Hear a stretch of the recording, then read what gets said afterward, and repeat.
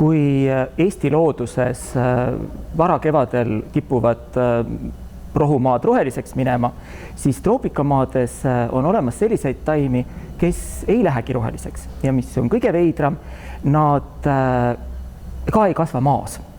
See on selline tore taimeperekond, kelle nimi on Tillandsia ja nemad kasvavad looduses troopikapuude okstel ning enamikul nendest on juured ainult selleks, et oma kasvukohale kinnituda.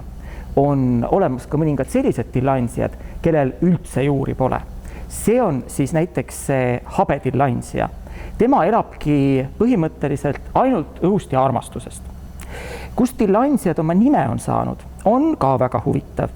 Nimelt oli 17. sajandil Turu linnas üks väga vahva noor ja andekas loodusteadlane, kelle nimi oli Elias Tillander. Tal oli asja Stockholmi ja selleks, et sinna saada, pidi ta minema laevaga üle Botnia lahe. Õnnetuseks jäi ta laevaga meretormi kätte ning jäi niivõrd merehaigeks, et tagasi ta enam üle Botnia lahe laevaga ei tulnud. Ta tuli enam kui 1000 kilomeetrit ümber Botnia lahe. Ning kui ta kodus Turus oli, siis ta otsustas, et ta vahetab ka oma nime ära. Tillanderist sai Tillands, mis tähendab maad mööda.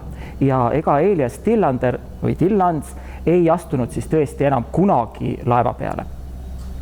Kui 100 aastat hiljem jõudsid troopilisest Ameerikast Euroopasse sellised veest hästi kaugel kasvavad taimed, siis Papa Linné, kes taimedele otsustas ladinakeelseid nimesid anda, otsustas, et need veest kaugel kasvavad taimed nimetab tagi selle Elias Tillanderi jaoks tillandsiateks. Kõige tuntum tillandsiatest on kindlasti see habetillandsia. Ta levila on kõige laiem, ta kasvab looduses Põhja-Ameerika lõunaosast kuni Lõuna-Ameerika lõunatipuni välja.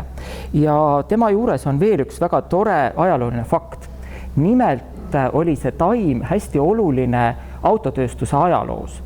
Just selle habetillandsia tuttidega olid väidetavalt täidetud esimesed Fordi autode istmed.